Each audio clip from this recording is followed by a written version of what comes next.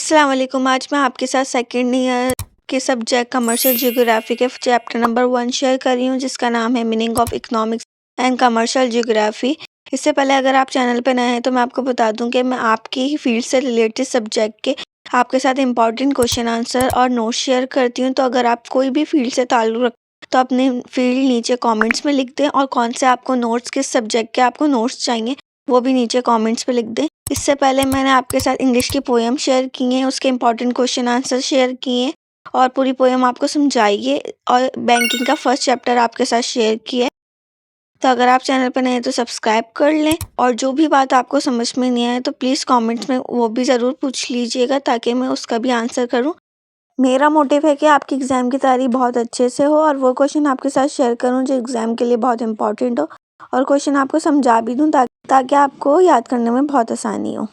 आपके पास चैप्टर 1 में से सेक्शन बी में से क्वेश्चंस आते हैं। शॉर्ट क्वेश्चन आपके पास आते हैं, लॉन्ग क्वेश्चन इस चैप्टर का कोई भी नहीं आता। इसके 4 इंपॉर्टेंट क्वेश्चन है। फर्स्ट क्वेश्चन आपके पास है, write any 2 definition of commercial geography. Second question है, why is the important study of the commercial geography for commerce students.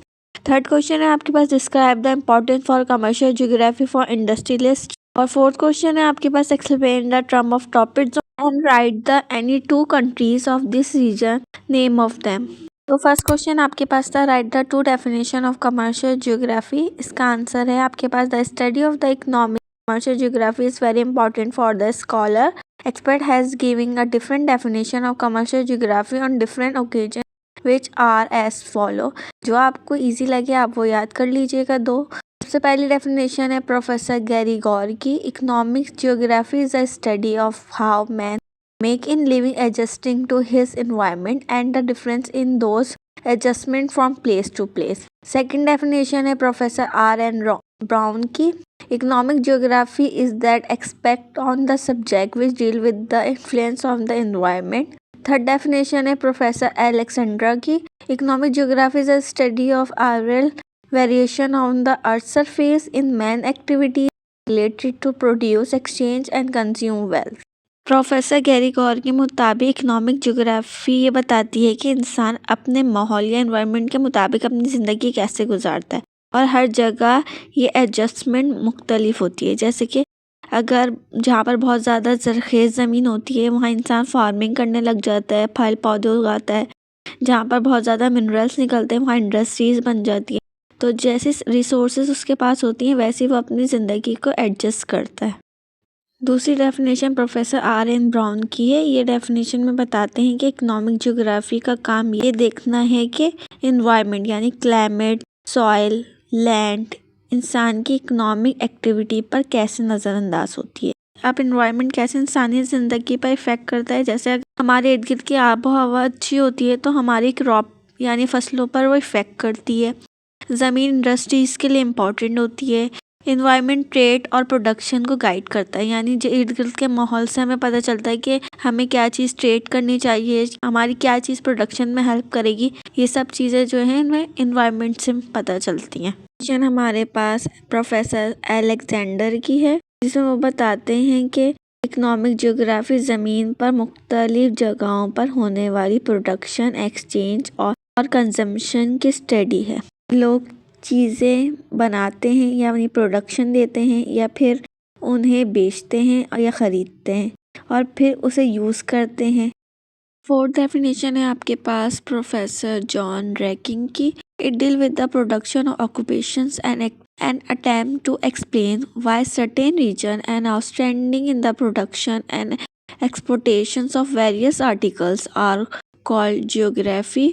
और आपके पास लास्ट डेफिनेशन है, मैंने आपके साथ 5 स्कॉलर की डेफिनेशन शेयर की है। लास्ट डेफिनेशन है आपके पास, economic geography is commercially explain science which not only the different human commercial activities but also analysis of the activities and also provide the information about the various economic occupation. तो John अपनी definition में बताते हैं कि economic geography productive occupation जैसे farming, industries को समझाती है, और ये एक्सप्लेन करती है कि कुछ इलाके किसी ख़ास चीज़ के लिए मशहूर क्यों होते हैं।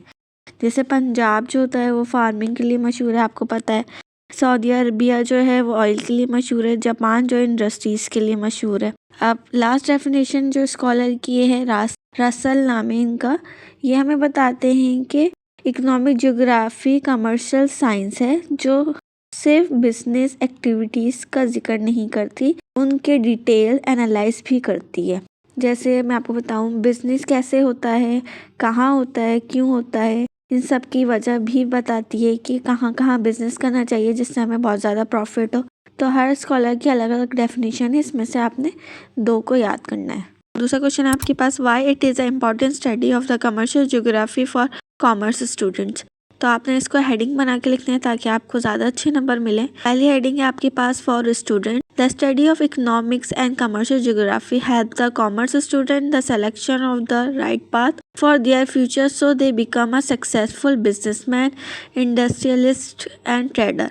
इकोनॉमिक ज्योग्राफी हेल्प करती है कॉमर्स स्टूडेंट्स को सिलेक्ट करने में एक सही रास्ता, ताकि वो फ्यूचर में सक्सेसफुल बिजनेसमैन बन सकें या इंडस्ट्रियलिस्ट बन सकें या ट्रेडर बन सकें।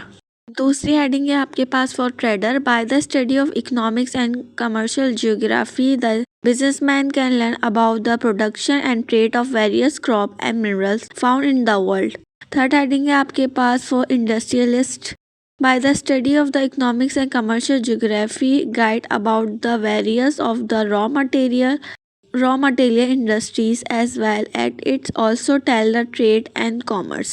तो लिखा है कि ट्रेडर के लिए क्यों ज़रूरी है। ट्रेडर को मुख्तलिफ क्रॉप, मिनरल्स और प्रोडक्ट के बारे में इल्म होता है और एक्सपोर्ट इंपोर्ट समझने में आसानी होती है अगर वो कमर्शियल ज्योग्राफी की स्टडी करता है। दूसरा आपके पास लिखा हुआ, इंडस्ट्रियलिस्ट के लिए क्यों ज़रूरी होती है। रॉ मटेरियल की रिसोर्सेज का पता चलता है उसे, इंडस्ट्री कहाँ लगानी है ये समझ में आता है, ट्रेड और कॉमर्स की नॉलेज मिलती है। लास्ट हेडिंग है आपके पास, for agriculture by the study of economics and commercial geography the big farmers can know about the qualities of the progressive kind of seeds use in development country of the world. तो farmer को बेहतर seed और modern techniques का इल्म होता है। Development country की farming method सीखने में मदद मिलती है अगर वो कमर्शियल ज्योग्राफी या इकोनॉमिक ज्योग्राफी की स्टडी करता है। तो अब थर्ड क्वेश्चन है आपके पास, role of the commercial geography in industrial development. Commercial geography make the analysis of the industrial development easily in the following way. Identify resources. Commercial geography help in identify important resources such as raw material, machinery, fuel, and power.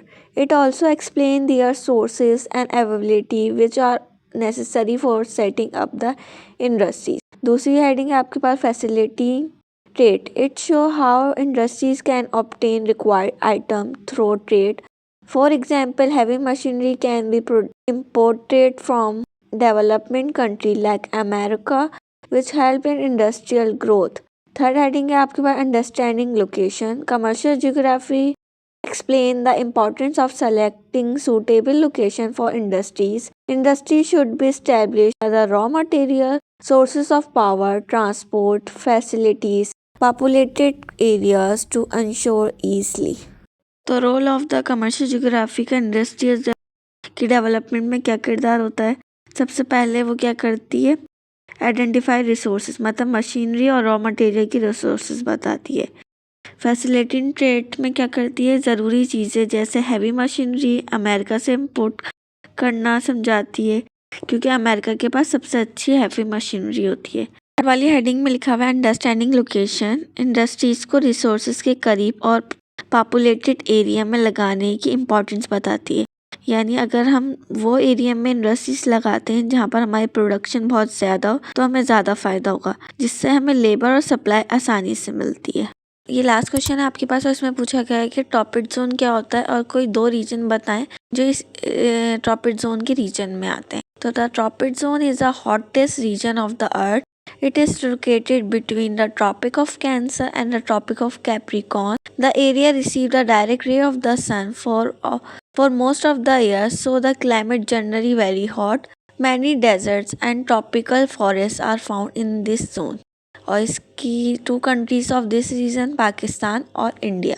तो tropic zone क्या होता है ये मैं आपको बहुत आसानी के साथ समझाऊंगी। तो ट्रॉपिक जो अर्थ का सबसे गर्म हिस्सा होता है ऑफ कैंसर और ट्रॉपिक ऑफ कैप्रिकॉर्न के दरमियान होता है।